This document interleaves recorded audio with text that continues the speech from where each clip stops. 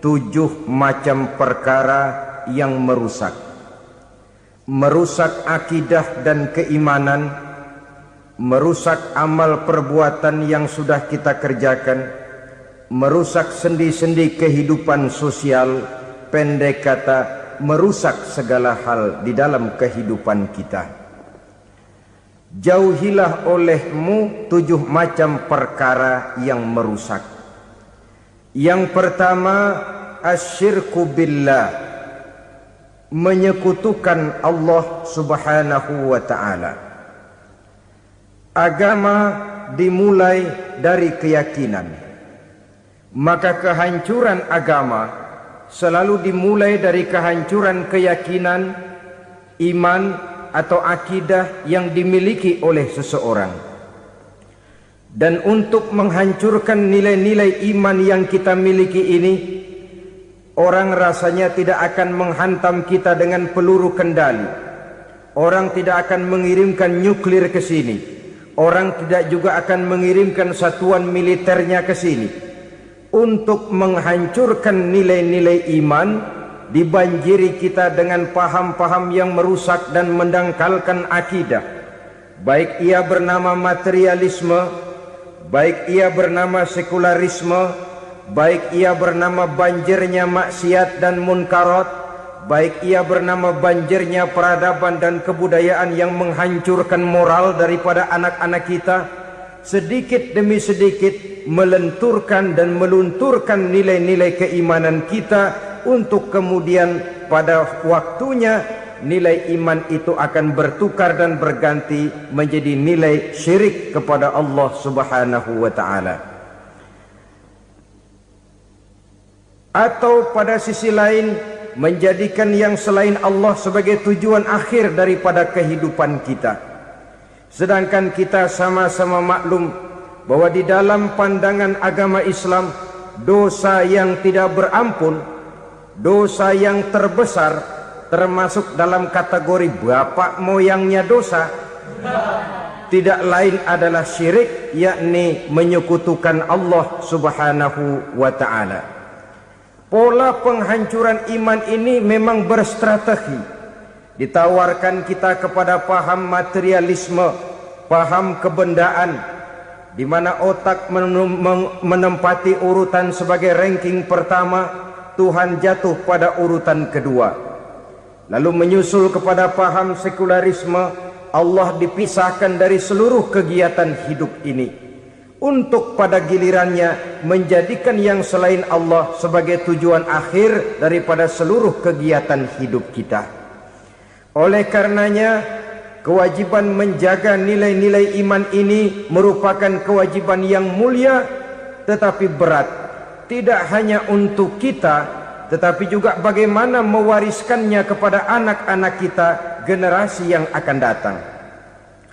Orang-orang tua bijaksana yang diceritakan di dalam Al-Quran, kalau sudah berpikir tentang anak-anaknya, pertanyaan yang paling mereka risaukan ialah, ma ta'buduna min ba'di.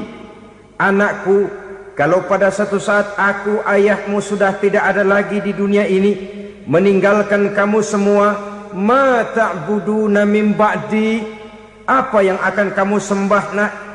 Jikalau sekarang ayahmu masih mau ke masjid, masih mau melakukan rukuk dan sujud, masih beribadah menyembah Allah subhanahu wa ta'ala, kalau orang tuamu sudah tidak ada, ma ta'buduna min ba'di, masihkah engkau mau datang ke masjid?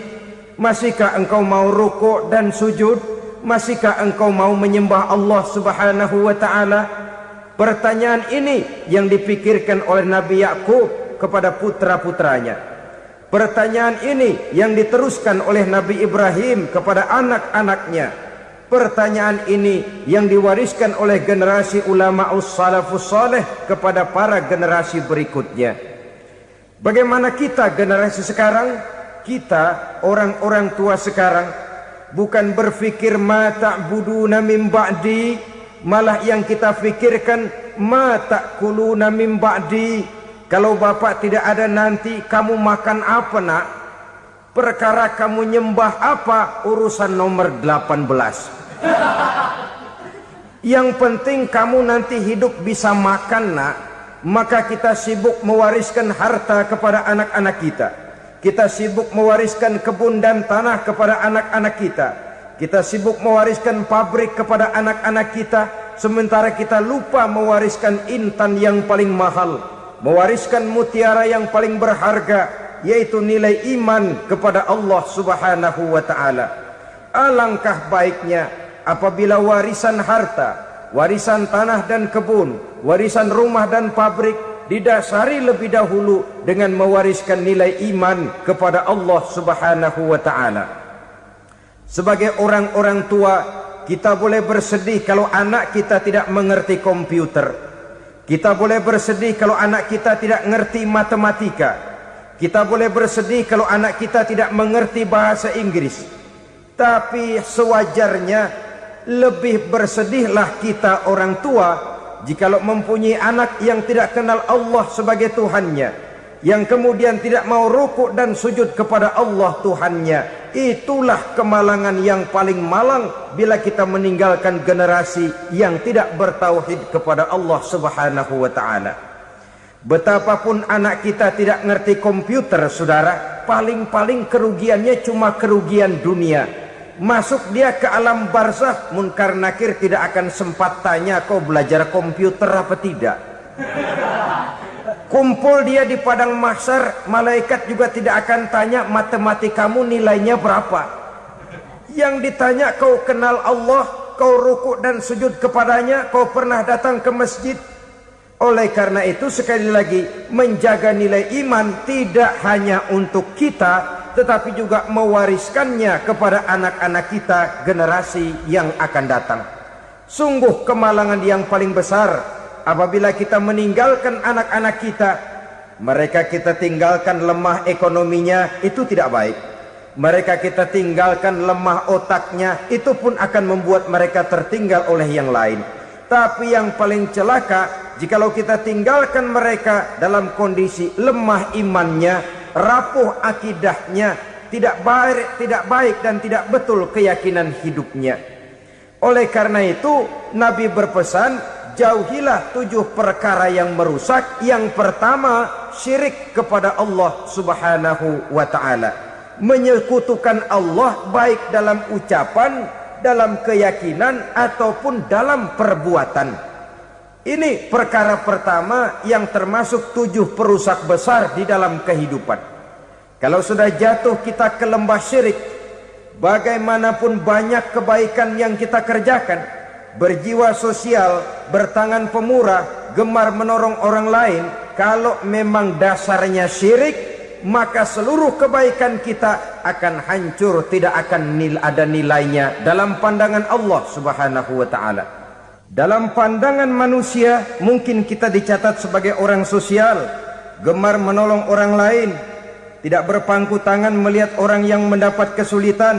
Tapi oleh karena dasarnya syirik, dasarnya tidak mentauhidkan Allah, maka seluruh nilai kebaikan yang kita kerjakan tidak akan ada nilainya dalam pandangan Allah Subhanahu wa ta'ala. Maka jagalah iman kita, jangan sampai dihinggapi penyakit syirik yang bagaimana kecilnya sekalipun. Sekali lagi, baik syirik dalam bentuk ucapan, syirik dalam bentuk keyakinan, sampai kepada syirik dalam bentuk perbuatan, kita berhindar kepada sifat-sifat yang sedemikian itu. Karena apa? Dalam satu ayat Quran Allah Subhanahu wa ta'ala menjelaskan, innallaha la yaghfiru ayyushraka bih wa yaghfiru ma duna dzalika liman yasha. Allah tidak akan memberi ampun kepada orang-orang yang menyekutukannya, tapi Allah masih mau memberikan ampun kepada dosa-dosa yang selain itu bagi orang-orang yang dikehendakinya. Dosa selain syirik, apabila kita bertaubat, Allah masih mau mengampuni.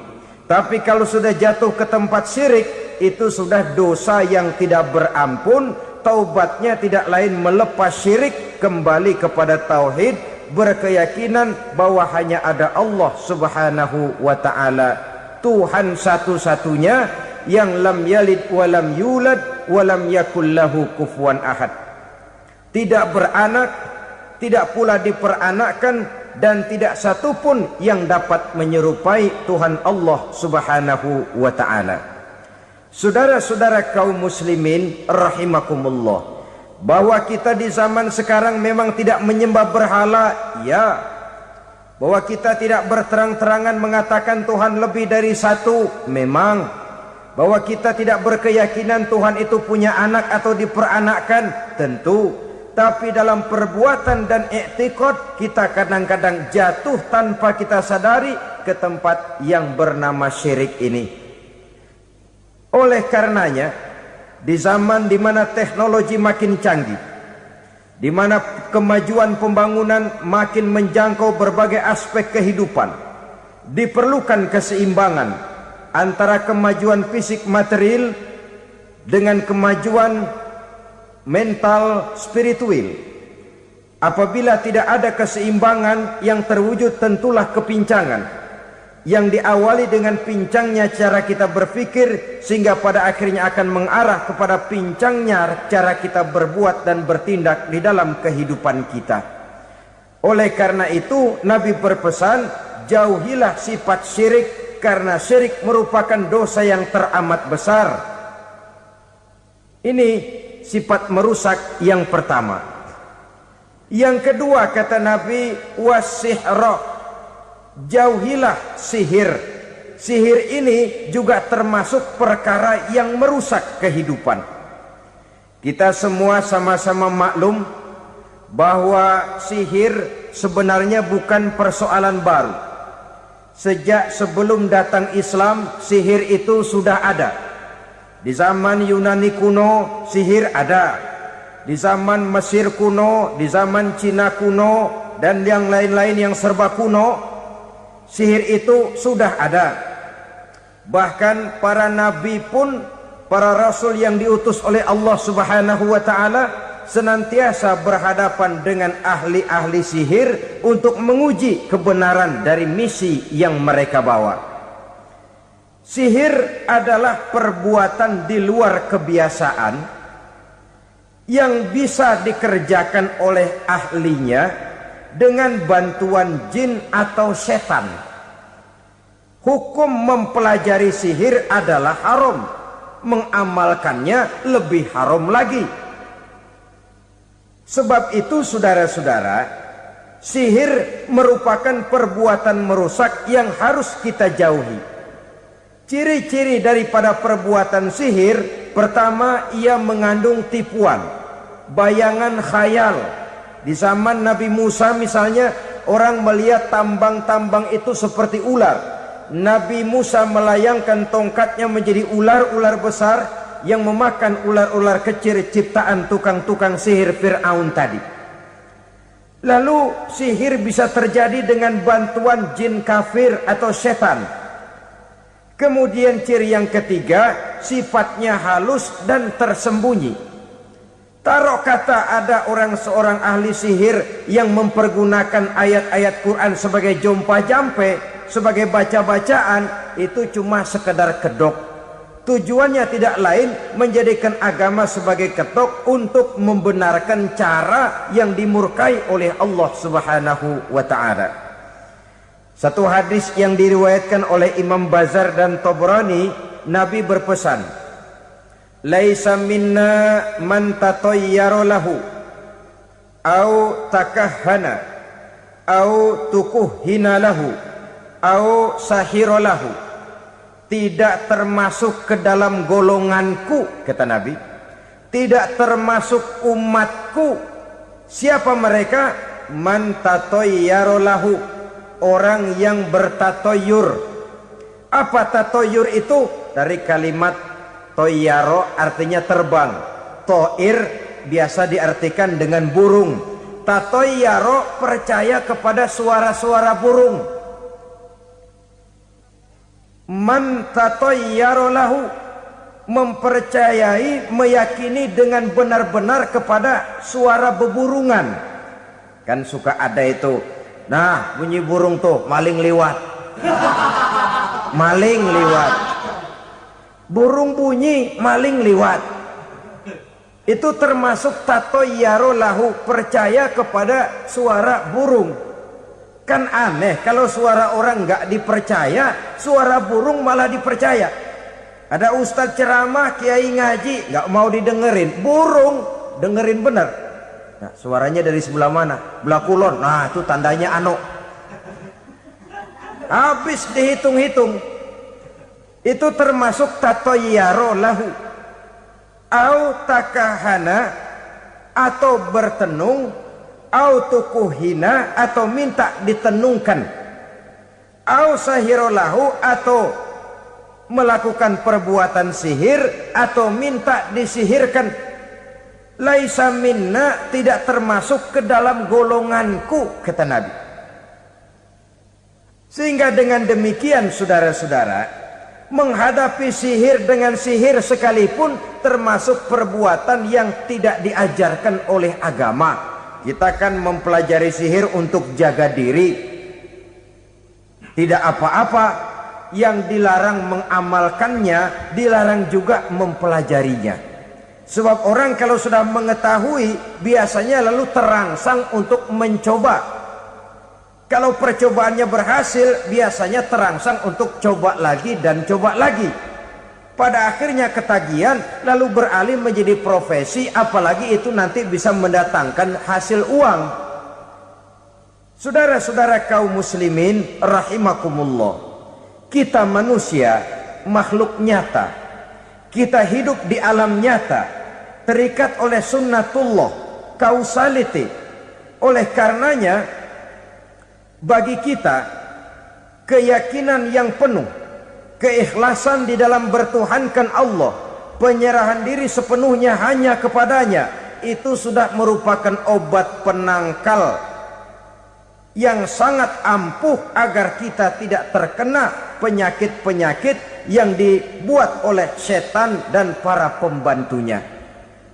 Sehingga beberapa ayat Quran mengajarkan, misalnya a'udzu bikalimatillahi tammati min syarri ma khalaq, atau bismillazi la yadurru ma'asmihi syai'un fil ardi wala fis sama, dengan menyebut nama Allah yang tidak bisa mendatangkan bahaya sedikit pun, dari baik yang datang dari langit maupun yang datang dari bumi.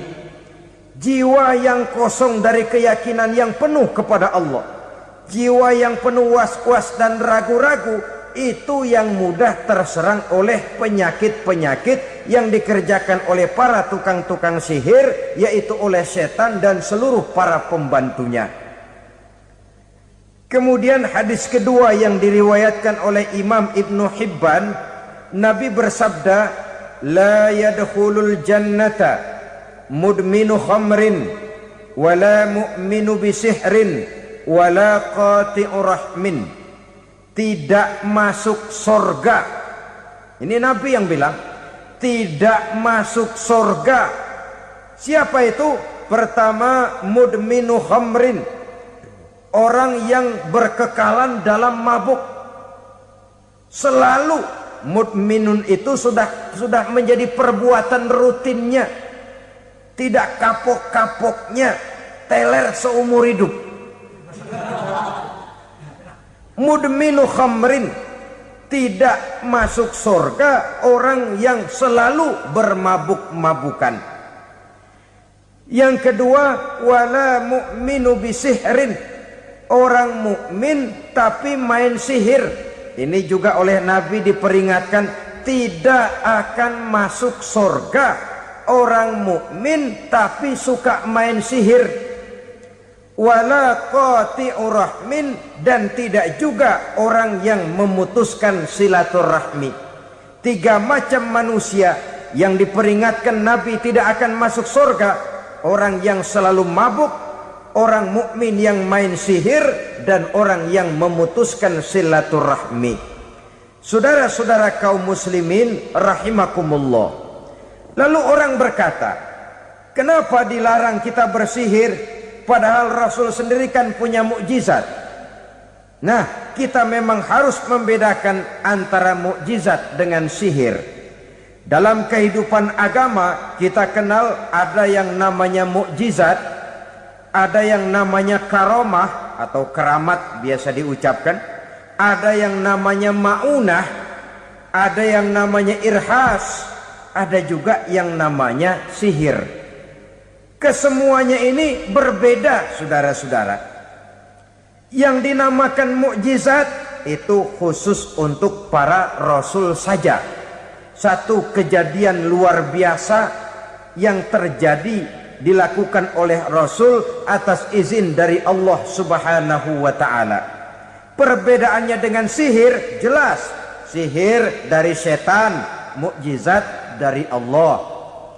Sihir bisa dipelajari, mukjizat tidak. Sihir umumnya untuk maksud-maksud yang tidak baik, sedangkan mukjizat untuk memperkuat kebenaran yang disampaikan oleh para rasul dan ditentang oleh umatnya. Bahkan kafir Quraisy dahulu menganggap orang-orang ahli sihir itu berada dalam satu posisi yang hina, sehingga mereka mengatakan dan menuduh Nabi Muhammad sebagai tukang sihir. Tuduhan sebagai tukang sihir adalah tuduhan yang sangat aib dan hina. Di tengah masyarakat kufar jahiliyah, kedudukan tukang sihir dipandang sebagai kedudukan yang hina, sehingga mereka mengejek Nabi dengan sebutan tukang sihir. Jadi mukjizat hanya untuk Rasul saja. Kemudian karomah. Karomah ini asal kata dari karoma, kehormatan, kemuliaan yang diberikan Allah kepada hamba-hambanya yang rajin mendekatkan diri kepadanya.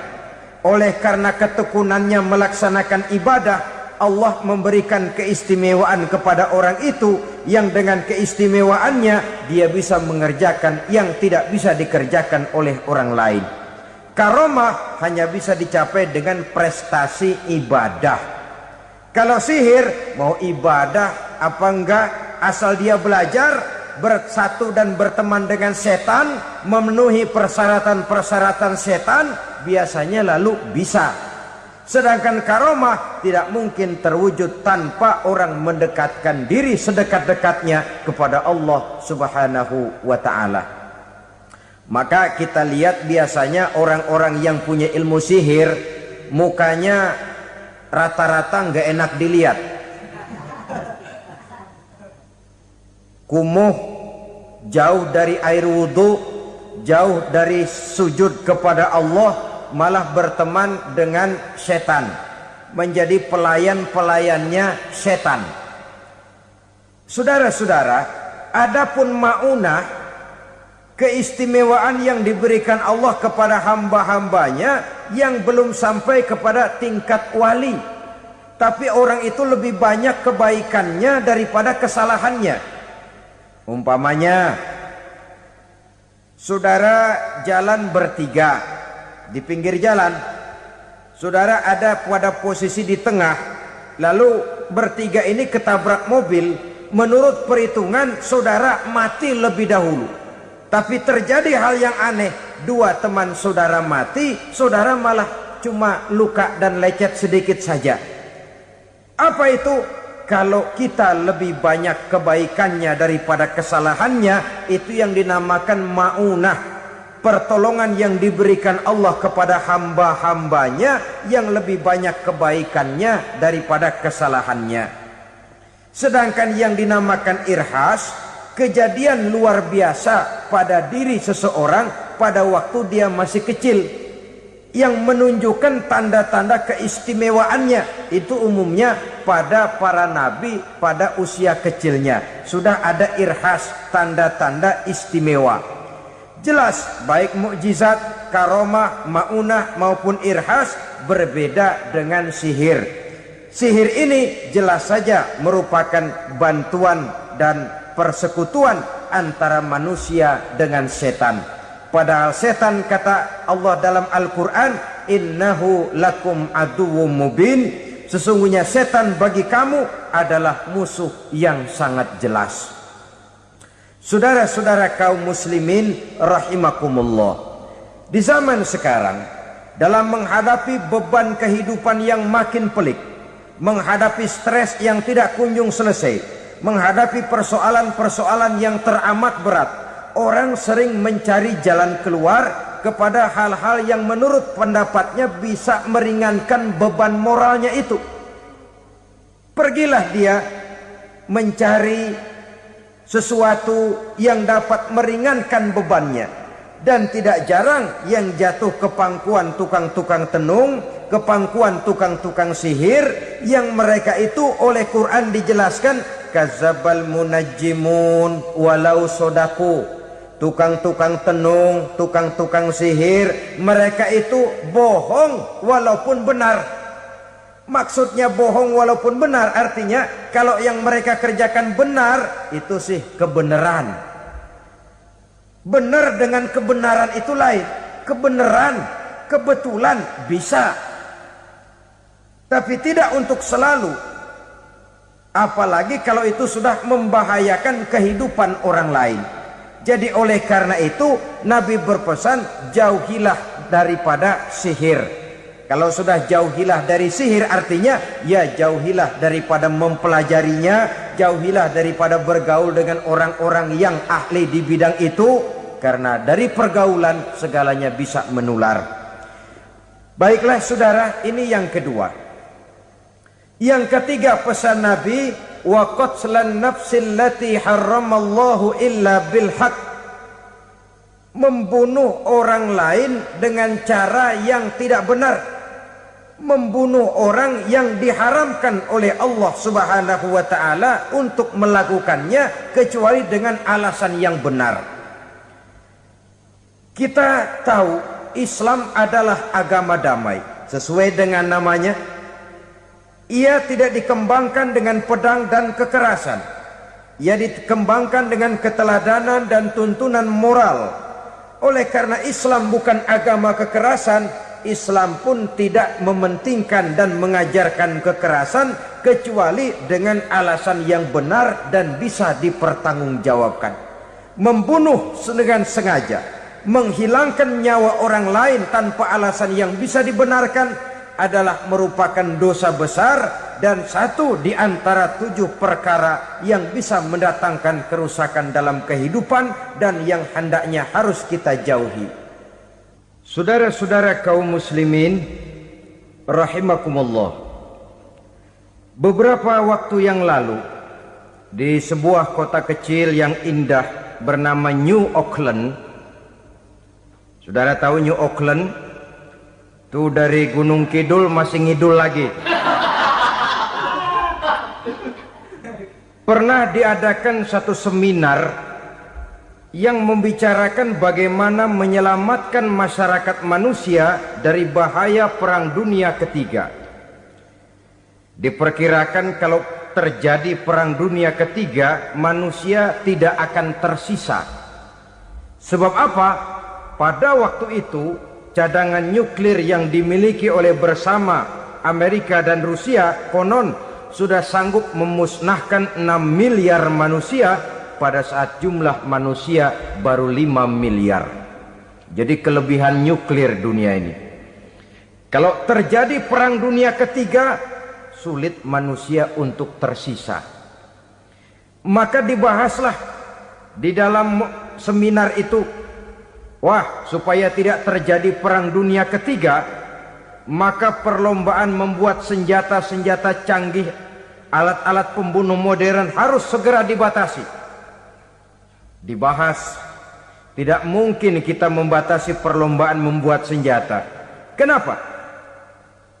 Makin maju ilmu dan teknologi, makin canggih senjata yang ditemukan. Atom sudah meningkat menjadi nuklir, nuklir sudah meningkat menjadi neutron, dan kita tahu bom yang bernama neutron ini bom yang cukup membunuh tanpa perlu merusak. Artinya kalau dia diledakkan di kota kita ini, bangunan utuh, jembatan tidak ambruk, rumah-rumah tetap berdiri, tapi semua yang bernama hidup mati. Itu katanya lebih sopan dari bom atom. Sebab kalau si atom ini sudah membunuh, merusak pula. Neutron cukup membunuh saja tanpa perlu merusak. Jadi majunya senjata-senjata teknologi sebagai akibat yang logis dari kemajuan ilmu pengetahuan ini tidak bisa kita batasi. Dan memang sebenarnya yang bahaya bukan senjatanya, tapi manusia yang mengendalikan senjata itu. Mereka kembali kepada prinsip the man behind the gun. Bukan senjatanya yang bahaya, tapi manusia yang mengendalikan senjata itu yang bahaya. Walaupun senjatanya modern, katakanlah model M16 umpamanya, kalau yang mengendalikannya orang beriman, insya Allah aman. Tapi biar megang cuma senapan angin, kalau yang megang orang brutal, ngeri kita deket-deket. Apalagi kalau memang bukan ahlinya menggunakan senjata, bisa ngeker kaki kena jidat.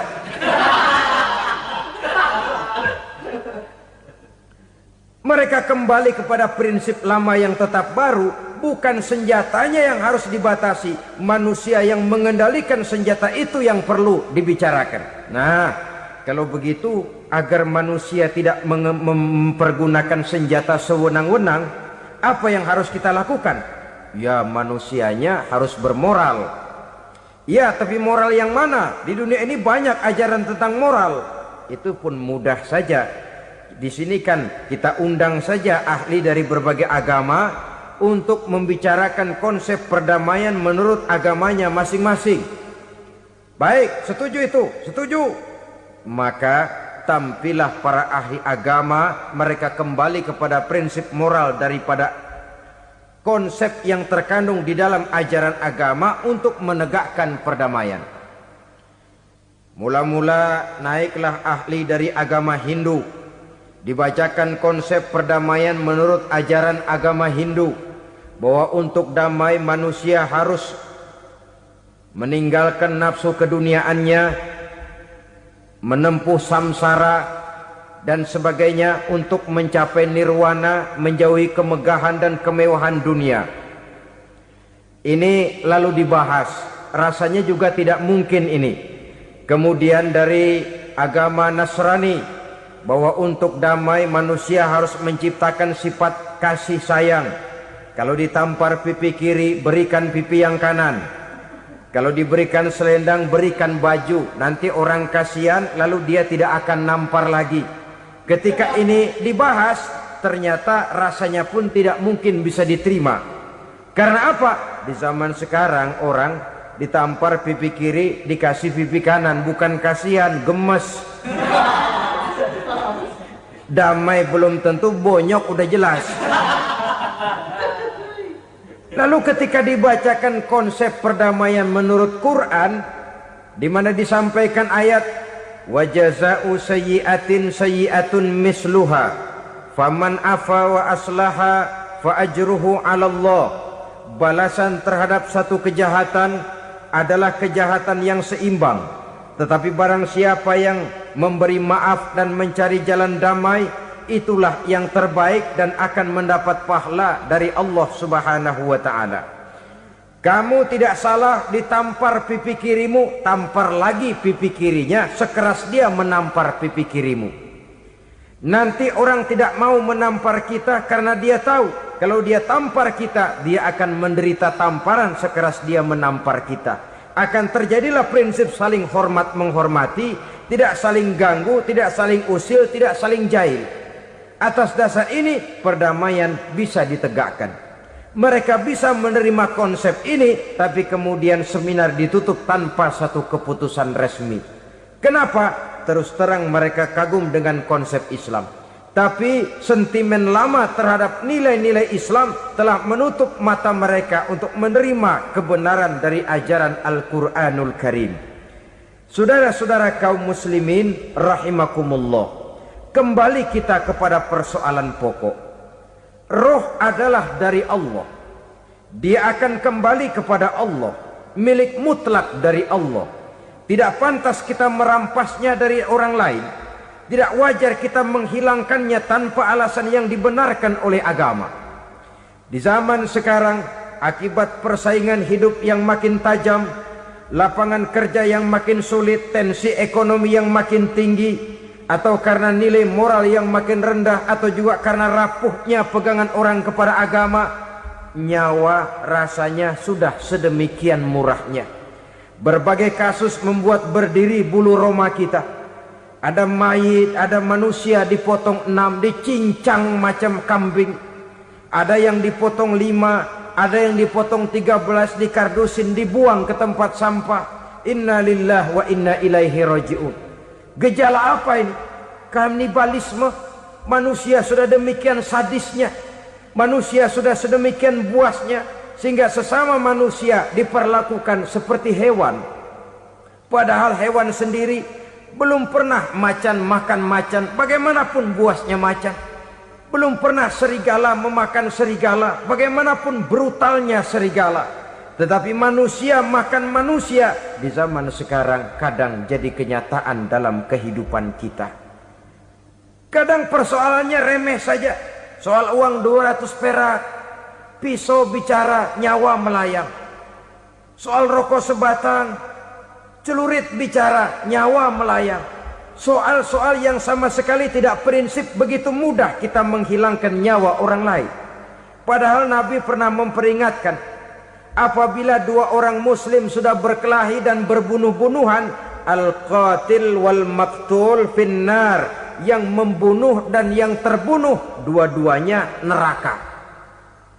Sahabat heran, ya Rasul, kalau yang terbunuh, kalau yang membunuh masuk neraka itu sih wajar, tapi yang terbunuh kenapa neraka juga? Beliau menjawab, dua-duanya sudah punya niat untuk saling membunuh. Niatnya itu yang diponten. Yang terbunuh cuman lagi apes aja, keduluan dia. Umpama tidak terbunuh, pasti dia yang akan membunuh. Oleh karenanya al-qatil wal maktul, yang membunuh dan yang dibunuh finnar, dua-duanya masuk ke dalam neraka. Islam menghormati kehidupan, tidak hanya terbatas kepada sesama muslim. Orang-orang yang berlainan agama pun yang mau hidup berukun, damai, berdampingan dengan umat Islam, jiwa mereka, darah mereka dilindungi oleh nilai-nilai Islam yang disebut dengan kafir zimmi ini. Mengganggu mereka sama saja dengan mengganggu aku, kata Nabi. Jadi oleh karena itu sayangilah sesama. Kehidupan adalah anugerah Allah, bukan wewenang kita untuk mencabutnya dari orang lain, bukan wewenang kita untuk merampas dan menghilangkannya dari orang lain. Apa yang tidak enak terjadi pada diri kita, begitu pula lah apabila terjadi pada diri orang lain. Sehingga Nabi mengatakan, la yu'minu ahadukum hatta yuhibba li akhihi ma yuhibbu li nafsihi. Belum dikatakan beriman seseorang kamu apabila dia belum mencintai saudaranya seperti ia mencintai dirinya sendiri. Apa yang enak dirasakan oleh orang lain, enak juga dirasakan oleh dia. Mengukur orang lain dengan diri sendiri. Kalau orang lain tanpa salah saya fitnah, kalau saya tanpa salah difitnah orang, enak apa enggak? Enggak, orang lain juga begitu. Kalau orang lain tanpa salah saya tempeleng kepalanya, enak apa tidak? Tidak. Orang lain juga begitu. Yang tidak enak terjadi pada diri kita, tentu tidak enak juga kalau terjadi pada orang lain. Mengukur orang lain dengan diri sendiri, sehingga tidak timbul sifat egois, tidak menari di atas bangkai orang lain, tidak mendirikan kebahagiaan di atas untayan air mata orang lain. Sehingga dengan demikian saudara-saudara, dia bisa menghormati kehidupan, menghormati orang lain sebagaimana dia ingin dihormati.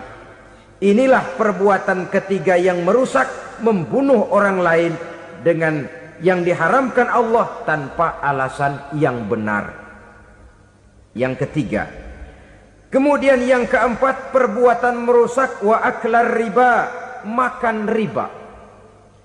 Hidup adalah tolong menolong. Bahasa kerennya take and give katanya. Saling memberi dan saling menerima. Nabi mengajarkan man kuraba kurbatan min kurabid dunya karaballahu lahu kurbatan min kurabi yaumal qiyamah. Wallahu fi aunil abdi madamal abdu fi auni akhihi. Siapa yang meringankan beban dari beban-beban yang dirita seseorang di dalam kehidupan dunia, Allah akan meringankan bebannya daripada beban-beban yang harus dipikulnya di hari kiamat nanti. Wallahu fi aunil abdi madamal abdu fi auni akhihi. Allah senantiasa akan menolong seorang hamba selama hamba itu masih mau menolong saudaranya. Allah selalu akan menolong seorang hamba selama hamba itu masih mau menolong saudaranya. Apabila kita sudah berpangku tangan terhadap kesulitan orang lain, biasanya pun pada saat kita mendapat kesulitan, kita akan sulit juga memperoleh pertolongan. Nah, riba alias renten, kedoknya adalah menolong orang, tapi sama juga bulu buntutnya dilepas, palanya dicekek. Menolong orang pada akhirnya menjadi beban bagi seseorang, dan memang mencari orang-orang yang berada dalam posisi kesulitan. Biasanya di daerah-daerah di mana musim paceklik jadi lapangan kerja sulit, sedangkan urusan perut tidak bisa ditunda, akhirnya orang terjebak ke dalam rentenir, ke dalam riba, ke dalam renten, bunga berbunga, sehingga satu saat jumlah bunganya bisa lebih besar dari jumlah pinjaman pokoknya. Kemudian kalau juga ternyata tidak bisa dibayar, rumah jadi taruhan. Memang rumah satu-satunya, begitu rumah ditarik mulain camping. Bukankah pada akhirnya akan mewariskan kesengsaraan? Oleh karena itu, kepada kita berusahalah jangan berhubungan dengan rentenir, jangan makan renten dan riba. Kepada mereka yang melaksanakan riba, walaupun mendatangkan keuntungan materi, tapi percayalah harta yang didapat dengan jalan riba tidak akan membawa keberkahan. Manakala tidak membawa keberkahan, dia tidak akan mendatangkan ketenangan di dalam kehidupan kita. Oleh karenanya, memakan harta riba termasuk perbuatan yang merusak sendi-sendi kehidupan sosial, merusak kehidupan orang lain, merusak kehidupan masyarakat, tetangga, pergaulan, dan sebagainya. Yang kelima, wa akla malil yatim, memakan harta anak yatim dengan cara yang zalim. Nih, memang lezat. Anak yatim itu nggak tahu urusan apa-apa. Kita diamanahkan untuk mengurusinya. Kadang-kadang dibentuklah panitia penyantunan yatim piatu. Yatimnya mah tetap kelaparan, panitianya yang pada gendut.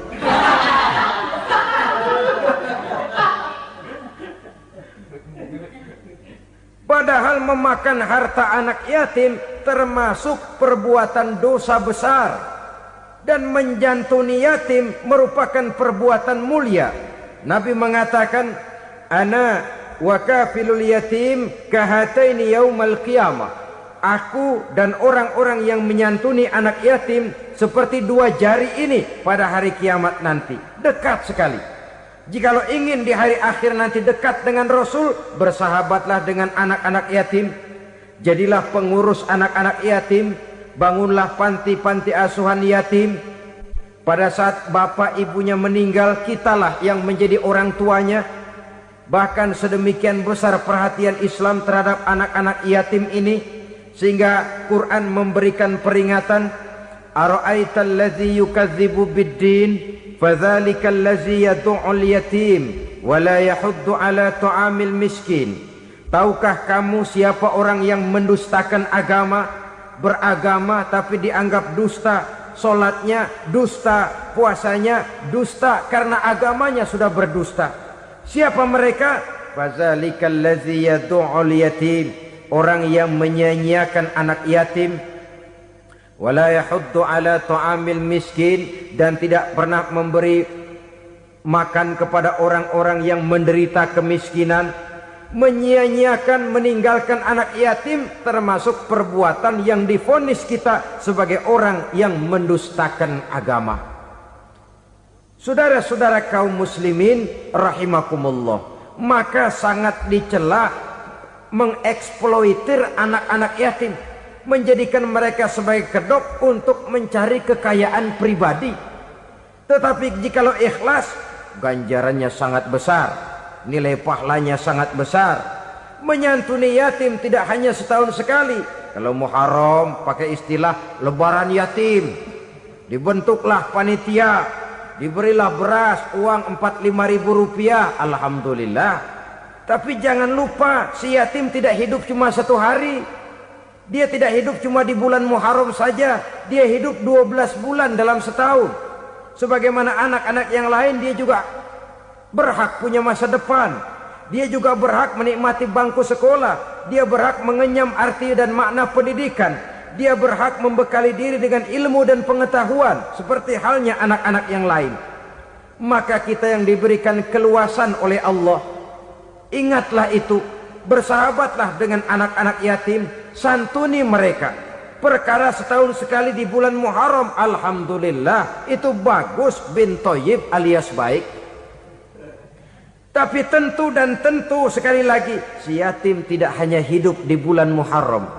Dia hidup 12 bulan dalam setahun, 24 jam di dalam sehari.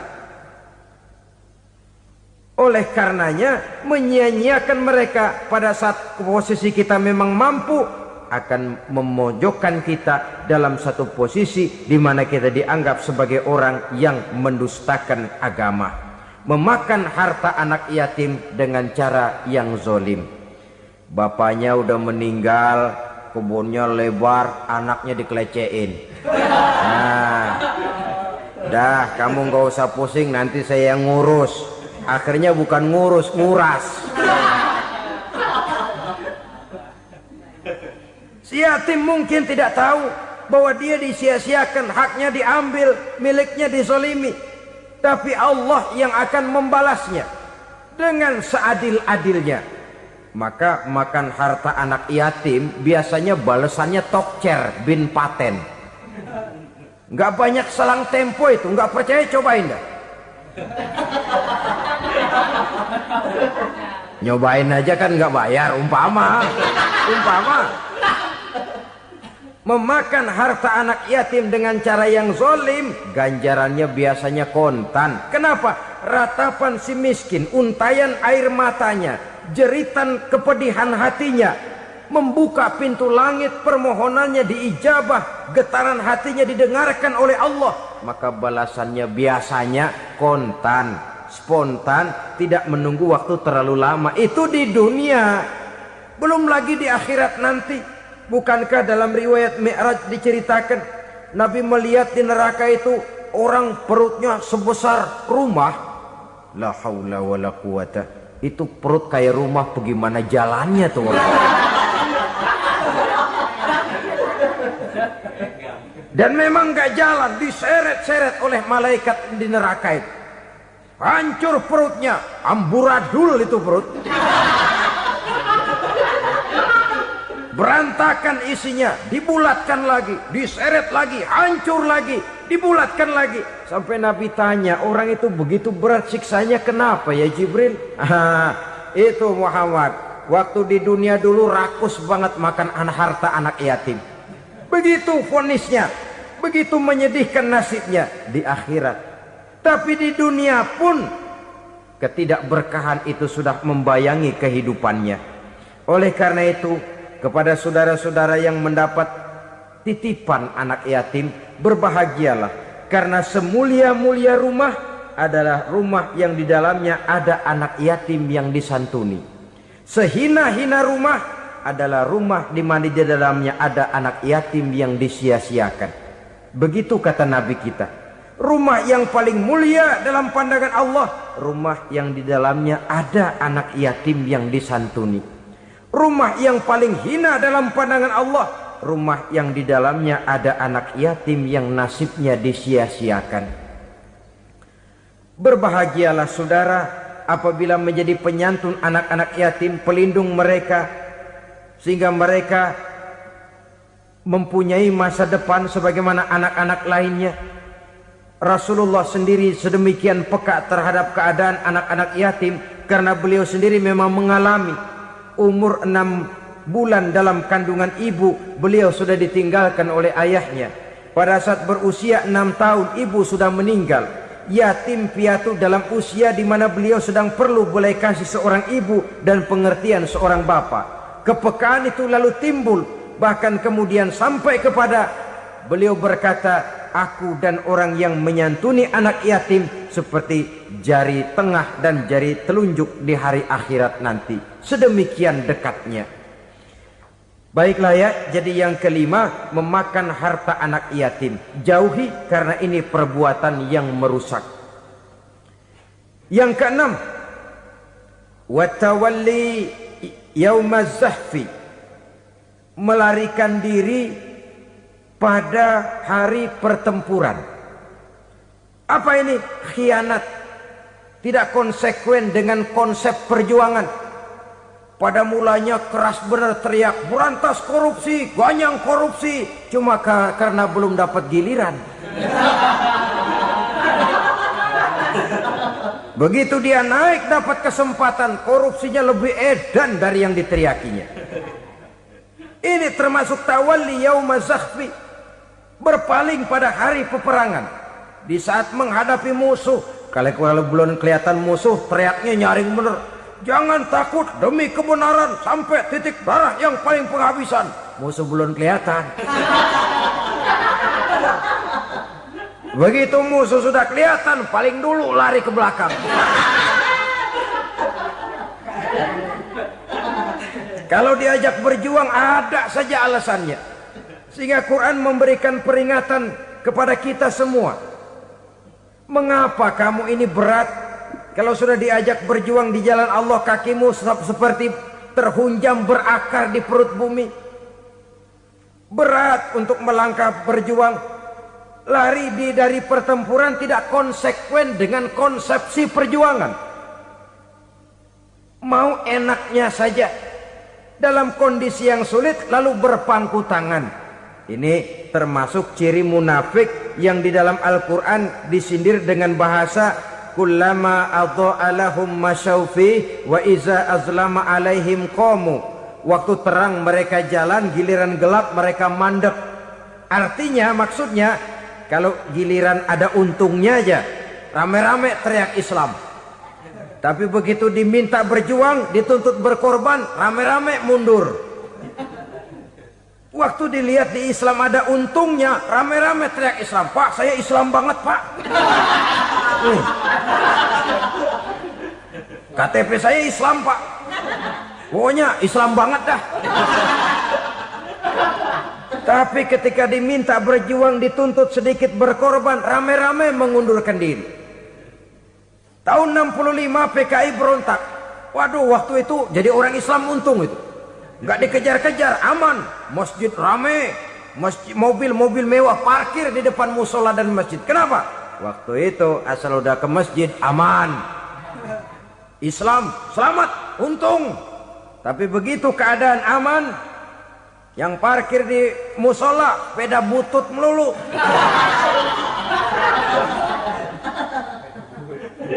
Waktu terang mereka jalan, waktu gelap mereka berhenti. Dikala di Islam ada untungnya, baru wah Islam bagus, Islam hebat. Tapi waktu dilihat ada kerugian, jangan bawa-bawa Islam dah. Jangan bicara soal Islam, ini kan bukan soal agama. Bukan soal agama. La haula wa la quwata illa billah. Beragama kita ambil talfik fid din, mengambil yang enteng-enteng saja dalam urusan beragama ini. Tidak konsekuen kita dengan Islam kita. Seolah kita mau memilih mana yang terasa cocok sama selera kita, kita teriak Islam. Beratan aja dikit, rame-rame berpaling. Itu termasuk tawalli yaumaz zahfi. Para pengkhianat, mental-mental hipokrit yang tidak mau konsekuen menghadapi segala bahaya. itu termasuk perbuatan yang merusak. Kenapa? Kalau cuma dia saja yang lari, mungkin tidak jadi soal. Tapi larinya ini akan mempengaruhi orang lain. Nah, pengaruhnya itu yang dicegah. Sebab kalau satu sudah mulai lari, yang lain mulai ngelirik. Ketika yang dilirik kemudian tidak ada reaksi, dia akan ikut lari. Artinya apa? Seorang muslim harus konsekuen dengan konsep perjuangannya, dengan keyakinan keagamaannya, dan tidak memilih yang enak-enak saja di dalam kehidupan beragama. Lari dari pertempuran, bermental khianat, mengkhianati agama, merupakan satu di antara sifat yang merusak. Terakhir saudara, wa qazfal muhsanatil ghafilatil mu'minat, menuduh perempuan baik-baik yang tidak tahu menau tentang tuduhan yang dituduhkan kepadanya, menuduh perempuan mukmin yang baik-baik yang tidak tahu menau tentang tuduhan yang dilakukan kepadanya. Fitnah lebih bahaya daripada pembunuhan. Orang yang tidak salah bisa hancur namanya, orang yang berniat baik bisa ambruk perjuangannya oleh karena fitnah. Sehingga dikatakan al-fitnatu asyaddu minal qatli. Fitnah lebih bahaya daripada pembunuhan. Maka memfitnah ini termasuk satu dosa di antara 7 hal merusak yang harus kita jauhi semampu kita, semampu-mampunya. Mengupayakan sebisa-bisanya jangan sampai terjebak ke dalam hal yang demikian. Nah, saudara-saudara, inilah saja pertemuan kali ini. Mudah-mudahan ada manfaatnya. Semoga Allah memberikan kekuatan zahir dan batin kepada kita untuk bisa menjauhi 7 perkara yang merusak ini. Selalu berusaha menyimpan sesuatu yang bisa membawa manfaat, baik untuk dirinya, untuk anak cucunya, maupun untuk keluarganya, untuk masa kini dan masa depannya. Kadang simpanan itu berbentuk uang, kadang berupa tanah, lain saat berbentuk pabrik, dan lain sebagainya. Sementara masa depan yang paling pasti adalah akhirat. Jika untuk masa depan dunia kita rela memeras keringat, membanting tulang, pergi pagi dan pulang petang, menyimpan uang, menyimpan tanah, menyimpan pabrik, pernahkah kita merenung jika satu saat kiamat datang, kita dibangkitkan dari kubur masing-masing, berdiri di padang mahsyar untuk mempertanggungjawabkan seluruh kegiatan hidup kita di dunia ini, lalu kita akan menuju ke alam akhirat. Sudahkah kita mempunyai simpanan untuk akhirat kita? Pada pertemuan kali ini saya ingin menyampaikan sebuah hadis di mana Rasulullah sallallahu alaihi wasallam bersabda, arba'un min kanzil jannah. Simpanan sorga ada 4 macam.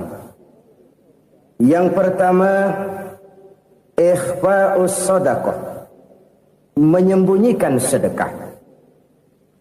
Saudara-saudara kaum muslimin, sebagaimana yang kita maklum bahwa Allah Subhanahu wa taala melebihkan sebagian rezeki dari kita terhadap yang lain. Ada yang kaya, ada yang setengah kaya, ada yang miskin, ada yang setengah miskin, dan selanjutnya. Ada yang gajinya kecil tapi penghasilannya gede. Ada yang penghasilannya gede tapi nggak punya gaji. Ada juga yang memang gajinya gede dan penghasilannya gede. Kelebihan rezeki merupakan sunnatullah dan tidak harus membuat kita merasa lebih dari yang lain. Bahkan sebaliknya, kelebihan itu harus membuat kita ringan tangan untuk menolong mereka yang memang memerlukan pertolongan. Kalau saudara diberikan ilmu, maka pertanyaan akhirat cuma satu: ilmumu kau amalkan untuk apa? Kalau saudara diberikan umur yang panjang, pengadilan akhirat juga bertanya satu: umurmu kau habiskan di mana? Tapi kalau saudara diberikan harta, pengadilan akhirat akan bertanya 2: hartamu kau dapat dari mana, kau belanjakan kemana. Dari mananya ditanya, dan kemananya juga ditanya. Oleh karena kita akan dimintakan pertanggungan jawab, maka amanah yang bernama harta ini harus kita gunakan dengan sebaik-baiknya. Ada penggunaan yang merupakan kewajiban, itu zakat namanya. Ada penggunaan yang sewaktu-waktu, itu infak namanya. Ada yang lebih sewaktu-waktu lagi, dan itu sedekah namanya. Zakat dia terikat oleh haul dan nisab, oleh putaran batas waktu dan ukuran dari harta itu sendiri.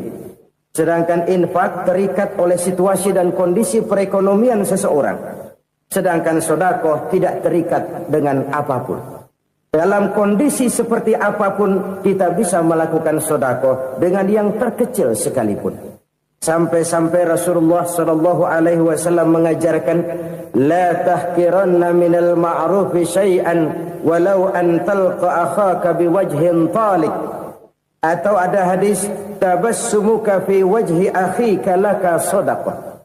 Senyumanmu kepada temanmu adalah sedekah. Jadi untuk melakukan sedekah tidak harus dalam berbentuk uang. Dengan ilmu kita bisa sedekah. Dengan tenaga kita bisa bersedekah, dengan pikiran kita bisa bersedekah, bahkan senyum kepada teman itu pun sedekah. Jadi kalau sedekah dengan uang memang belum punya uang, nyengir aja banyakin. Itu asal pada tempatnya, jangan lalu ketemu tiang listrik cengengesan. Tentu tidak pada tempatnya dan tidak wajar. Nah, sedekah yang paling dicintai Allah adalah sedekah yang disembunyikan. Artinya jauh dari sifat riya. Kan kadang-kadang ada orang sedekah itu disebutkan namanya. Apa tidak bagus? Kalau memang niatnya ikhlas, ya bagus-bagus saja. Untuk memberikan sugesti kepada yang lain. Di Fulan bin Fulan nyumbang sekian, diumumkan. Boleh kalau niatnya untuk memberikan rangsangan kepada yang lain supaya dia menyumbang lebih besar dari orang tadi.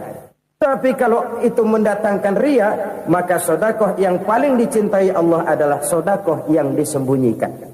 Tangan kiri saja tidak tahu apa yang diberikan oleh tangan kanan. Sedekah yang dilakukan dengan ikhlas akan merupakan perbendaharaan surga.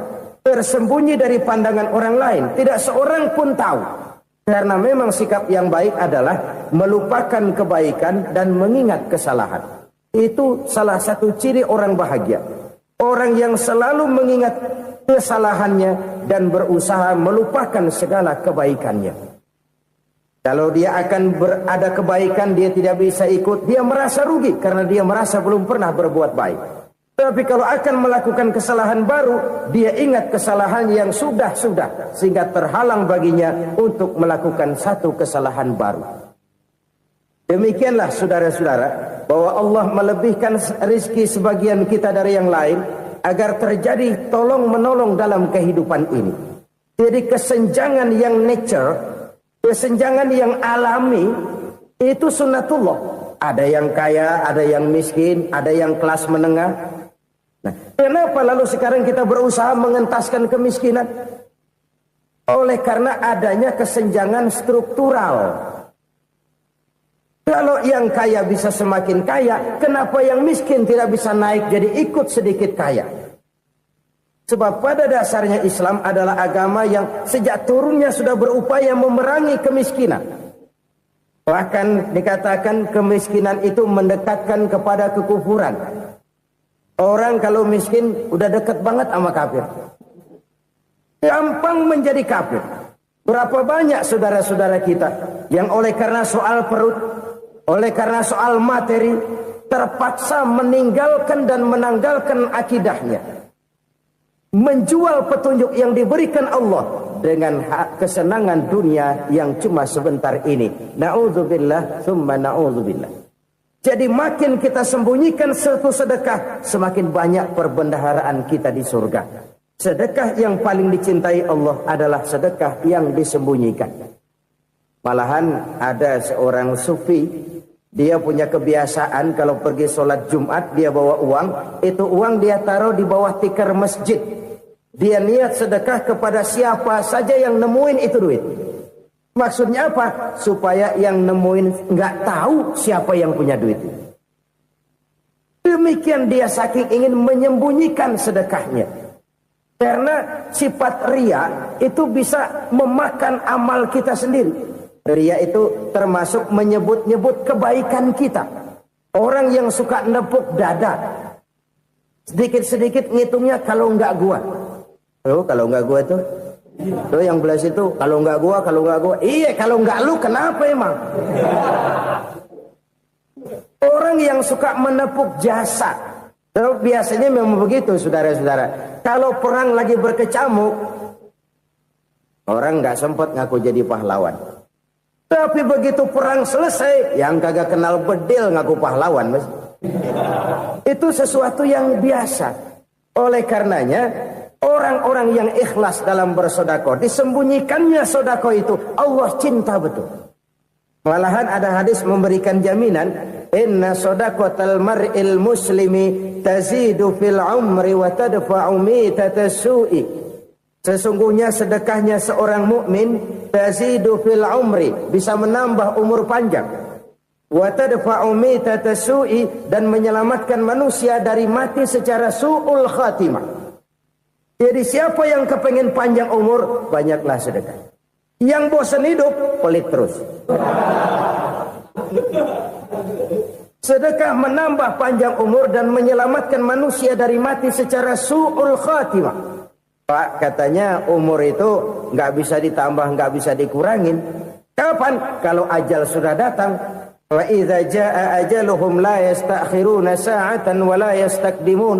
Kalau ajal datang tidak bisa dimajukan, tidak bisa dimundurkan. Itu kalau ajal sudah datang. Tidak bisa lagi umur ditambah dikurangi, sudah datang. Tapi kalau belum datang, itu kan haknya Allah. Mau ditambah, mau dikurangi, hak prerogatif Allah. Sebagai pencipta manusia, Allah maha kuasa dan maha mampu.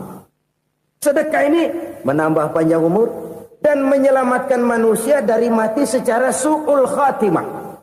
Orang mati kan sama ya, kondisinya mati, nggak nafas. Tapi hakikat mati kan lain-lain. Ada yang mati itu husnul khatimah, baik akhirnya.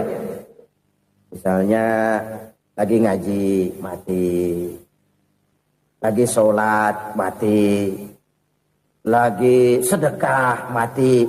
Ini yang dinamakan dengan husnul khatimah, baik di akhirnya. Sebaliknya ada yang su'ul khatimah, jelek di akhirnya. Ini yang jadi catatan akhir. Lagi nyekek botol, mampus. Lagi banting kartu, modar. Su'ul khatimah, jelek pada akhirnya. Sedekah menyelamatkan manusia dari mati secara su'ul khatimah. Dan kita semua kepengen mendapat husnul khatimah, jauh dari su'ul khatimah. Oleh sebab itu yang bisa menyelamatkan kita dari penyakit itu antara lain adalah sedekah yang disembunyikan. Yang dikerjakan dengan ikhlas karena Allah. Tidak karena kepengen dipuji orang. Tidak karena ingin dikatakan orang pemurah. Sebab orang dermawan itu orang yang memberi tanpa harus diminta. Kalau masih harus diminta, ya belum dermawan namanya. Masih harus diminta. Kalau nggak diminta ya tulus. Lolos, polos. Saudara-saudara kaum muslimin rahimakumullah. Harta adalah amanat dan akan kita pertanggungjawabkan. Allah melebihkan rizki sebagian kita dari yang lain agar kita saling tolong menolong. Bantu membantu. Nabi janjikan siapa yang meringankan beban saudaranya muslim di dunia, Allah akan meringankan bebannya di akhirat nanti. Sebuah jaminan dari baginda Nabi. Si orang yang kita bantu barangkali tidak bisa membalas, Allah yang akan membalas lewat jalan lain yang tidak pernah kita sangka-sangka. Ada orang tanya, Pak, ini ada orang nyumbang masjid sambil marah-marah, bagaimana? Saya bilang sumbangannya aja ambil, marahnya jangan. Marahnya jangan diambil, itu urusan dia. Saudara-saudara kaum muslimin rahimakumullah. Umat Islam ini kan umat yang punya potensi besar. Kadang kita merenung, kenapa kadang-kadang pembangunan masjid kok lambat sekali? Kalau hotel hari ini peletakan pertama, bulan depan peresmian. Supermarket hari ini peletakan batu pertama, minggu depan peresmian. Tapi kalau sudah yang namanya masjid, kadang-kadang peletakan batu pertama sekaligus jadi batu terakhir. 3 tahun, 4 tahun, campur nebar jalak di jalanan, duit dijaring kayak ikan sepat. Apa tidak ada orang Islam yang kaya? Banyak. Apa tidak ada pengusaha muslim yang jadi konglomerat? Ada. Lalu yang belum banyak itu yang komit terhadap nilai-nilai agamanya. Akhirnya kita jatuh jadi umat yang lemah. Belum ada pengusaha konglomerat muslim buka pabrik supermi cap beduk misalnya umpamanya atau pabrik kecap cap sorban supaya identitas keislamannya sedikit kelihatan. Kita jatuh jadi umat yang lemah karena potensi tidak terinventarisir dengan baik. Kita ini ibarat kompor yang cuma matengin nasi orang lain. Potensi kita dimanfaatkan oleh orang lain. Ukhuwah Islamiyah kita baru terbatas kepada silaturahmi. Ukhuwah di bidang ekonomi kita lemah. Ukhuwah di bidang kebudayaan kita lemah. Apalagi ukhuwah di bidang politik kita lebih rapuh lagi. Padahal ukhuwah itu adalah totalitas kehidupan manusia. Menyangkut ipolek sosbud. Memerlukan nilai-nilai ukhuwah.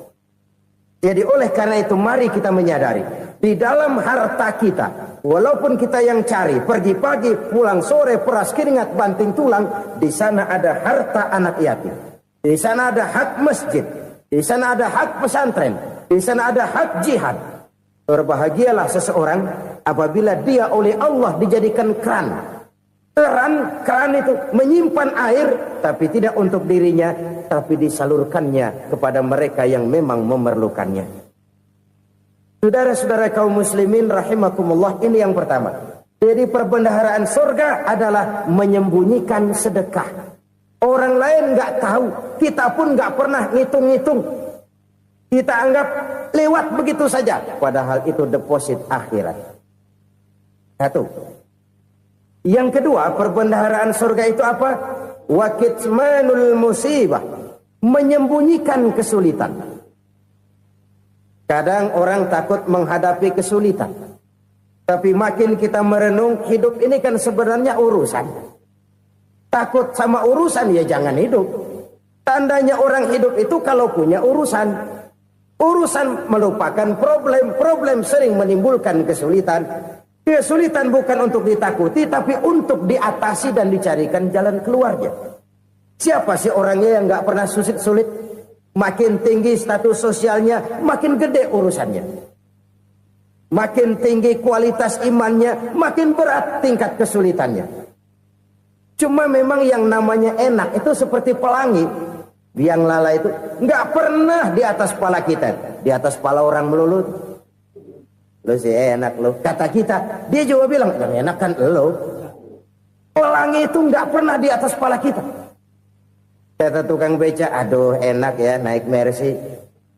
Kata tukang beca, apa yang di dalam mobil Mercy? Aduh enak bener tukang beca, di jok ngeringkuk ngorok pulas bener. Saya kamar pakai AC sejuk, tempat tidur sutra, empuk, alga, spring bed, kulak kulik nggak bisa pulas kalau belum minum Valium, belum tidur. Enak bener tukang beca, di jok ngorok nggak tahu wetan kulon. Itu tukang beca bilang yang di Mercy enak, yang di Mercy bilang tukang beca enak. Inilah enak, nggak pernah di atas kepala kita, di atas kepala orang lain melulu enak itu. Nah, saudara-saudara, yang merupakan perbendaharaan surga itu orang yang bisa menyembunyikan kesulitan.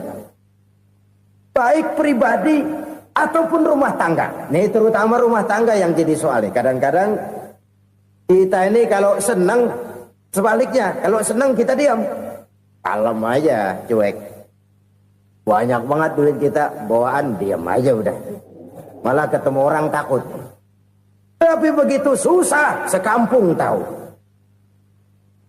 Padahal Nabi mengajarkan perbendaharaan surga itu menyembunyikan musibah, menyembunyikan kesulitan.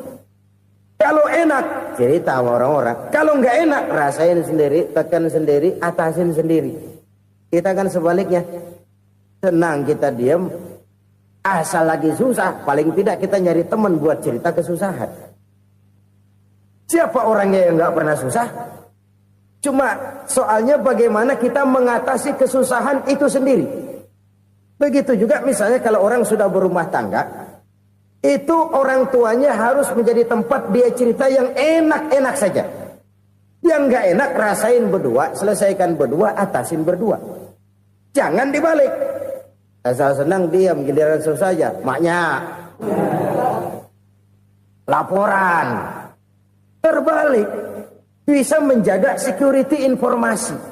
Maka nama bayam keluar diam. Malah seluitan. Enak amat lo makan daging ayam. Security informasi. Saudara-saudara kaum muslimin rahimakumullah. Ujian yang terberat itu yang pernah diberikan kepada para nabi, para rasul, para aulia, para ulama. Makin tinggi keimanan, makin berat bentuk kesulitan. Ayo saya kemukakan satu contoh saja. Ada seorang nabi yang kaya, nabi kaya, namanya Nabi Ayub. Iblis kalau orang begini kan keki, ibadahnya rajin, kaya. Nih yang kayak begini susah digodain. Kalau ibadahnya rajin, miskin, kali bisa disogok. Sini imannya mantap, ibadahnya rajin, kaya, nabi lagi. Tapi namanya iblis nggak kurang akal. Laporan, Tuhan, kenapa Les? Ya ini bahasa saya, bahasa Qurannya sih nggak gitu. Itu hambamu yang namanya Ayub, dia rajin ibadah cuma karena dikasih kaya aja. Coba kasih miskin dia, berhenti dia sembahyang. Ah, kamu bisa aja. Saya tahu Ayub itu hambaku yang ikhlas. Saya buktiin Tuhan, silahkan. Dibuktiinlah, iblis turun ke alamin. Yang mula-mula dia lakukan, dia rusak sawah ladang Nabi Ayub. Dia binasakan binatang ternak Nabi Ayub. Sehingga dalam waktu singkat, jatuhlah Nabi Ayub dari orang paling kaya jadi orang paling miskin. Beliau masih ibadah di mihrab dalam masjid. Datang iblis. Saudara Ayub, ya, lagi ngapain? Ibadah. Nyembah Allah, nyembah Allah. Oh, percuma. Kenapa? Tuhan yang ente sembah nih, dia udah bikin miskin ente. Sawah ladang ente hancur lebur, binatang ternak binasa. Sekarang ente jadi orang paling miskin. Ngapain nyembah Tuhan kayak begitu? Tekor. Udah berhenti dah ibadah, berhenti ibadah. Ini iblis sama Tuhan laporannya lain, yang dikerjakan kepada Nabi Ayub juga lain. Benar begitu iblis kata Nabi Ayub? Iya. Sawah ladang saya habis, buras. Binatang ternak saya binasa, binasa. Saya miskin, bangpak. Apa jawab Nabi Ayub? Bukan innalillahi, ini hebat. Alhamdulillahillazi a'tani wa akhza minni. Segala puji bagi Allah yang telah memberikan harta kepada saya dan sekarang mengambilnya lagi. Alhamdulillah. Allah yang ngasih, Allah yang ambil. Itu mah urusan Allah. Iblis cuman ibadah jalan terus, sujud lagi Nabi Ayub. Iblis seleher gondok banget. Dasar Nabi nggak mempan dia apa-apain. Miskin malah alhamdulillah. Allah yang ngasih, Allah yang ambil. Jadi kalau kita tidak komit, kita tidak terikat kepada kaya, miskin, senang, susah, apa yang bisa bikin kita susah? Jadikan kekayaan, kemiskinan, jadikan senang, susah sebagai anak buah yang bisa kita atur. Jangan kekayaan ngatur kita, jangan kemiskinan ngatur kita. Kita yang harus mengatur mereka. Senang, susah, kaya, miskin, bahagia, sengsara, jadikan itu anak buah yang bisa kita atur. Kalau sekarang kita kaya, lain saat boleh jadi kita miskin, semiskin-miskinnya. Allah yang ngasih, Allah yang ngambil. Tenaga mana yang bisa menghalangi? Ibadah jalan terus. Iblis makin gondok. Dasar Nabi loh. Akhirnya apa? Nabi Ayub dikerjain, diberikan penyakit. Demikian fatal penyakitnya. Bayangin, udah miskin sakit. Masya Allah. Miskin sakit. Sakitnya nggak lama, kira-kira 16 tahun. Istrinya 3, 2 mental minta ceraiin. Ngerawatin laki bengek begini. Senang belum tentu, susah udah pasti nih. Cerai aja, cerai dah. Cerai. Tinggal satu Siti Rahmah yang setia menemani beliau. Sesetia-setianya hati perempuan. Satu saat Siti Rahmah bilang, "Bang, iya, abang kan Nabi, Bang. Lalu, namanya Nabi kan doanya jarang meleset, Bang. Maksud kamu minta kenapa sih sama Tuhan biar abang sembuh baik dah, Bang?" Siti Rahmah, iya. Saya sakit berapa tahun sih dah? 16 tahun, Bang. Sebelum ini saya sehat berapa tahun? Ya kira-kira 60 tahun, Bang. Nah, coba ente banding-bandingin, Rahmah. Saya dikasih sehat 60 tahun. Dikasih sakit 16 tahun. Sudah nggak sabar mau doa kepada Allah minta sembuh. Saya malu kepada Allah. Diuji dengan yang luar biasa seperti ini, tidak mengganggu stabilitas kehambaannya. Dia tetap menghamba kepada Allah Subhanahu wa ta'ala. Saudara-saudara kaum muslimin rahimakumullah. Kunci menghadapi kesulitan itu apa? Allah jelaskan dalam satu ayat, wa basyiris sabirin alladzina iza asabathum musibah qalu inna lillahi wa inna ilaihi raji'un. Gembirakan orang-orang yang sabar.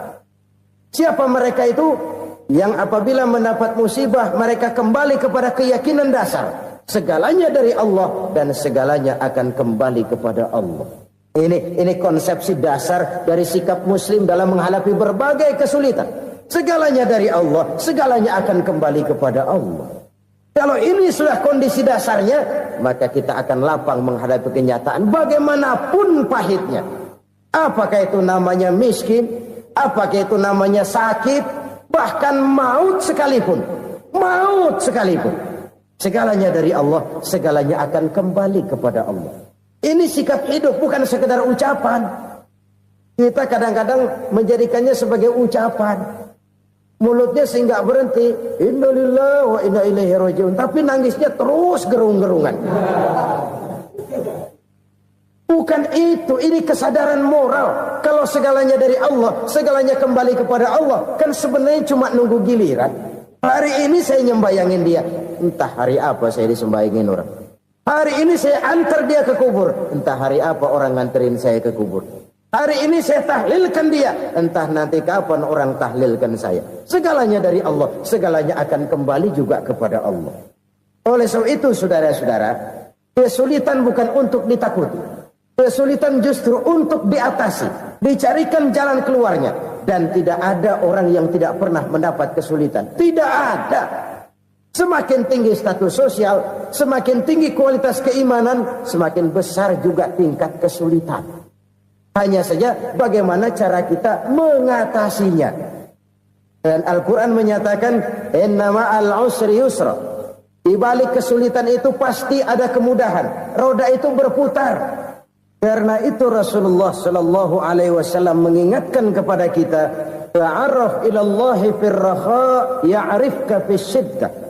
Ingatlah kepada Allah di waktu kamu senang, supaya Allah ingat kepada kamu di waktu kamu susah. Kalau waktu senang kita ingat kepada Allah, kita susah, Allah tidak akan meninggalkan kita. Tapi kalau waktu senang kita jauh dari Allah, sujud tidak sempat, dengan masjid jauh, ketika senang kita lupakan Allah. Nanti begitu kita susah, Allah lupakan kita. Dan itu menyakitkan. Oleh karena itu orang-orang tua kita dulu bilang, kalau lagi sehat ingat-ingat lu bakal sakit nanti. Kalau lagi kaya ingat-ingat satu saat kita bakal jatuh miskin. Bahkan kalau lagi muda ingat-ingat kita bakal tua. Dan yang terpenting, kalau lagi hidup ingat-ingat kita bakal mati. Saudara-saudara kaum muslimin rahimakumullah. Jadi yang kedua yang merupakan perbendaharaan surga, menyembunyikan musibah. Saudara-saudara kaum muslimin rahimakumullah. Hal ketiga yang merupakan perbendaharaan surga adalah wasilaturrahmi. Orang yang suka bersilaturahmi. Sebagaimana yang kita maklum bahwa manusia adalah makhluk yang disebut zon politika. Makhluk sosial yang tidak mungkin hidup sendiri-sendiri. Betapa dan siapapun kita memerlukan orang lain. Bodoh betul manusia kalau tinggal di tengah masyarakat tapi tidak mau bermasyarakat.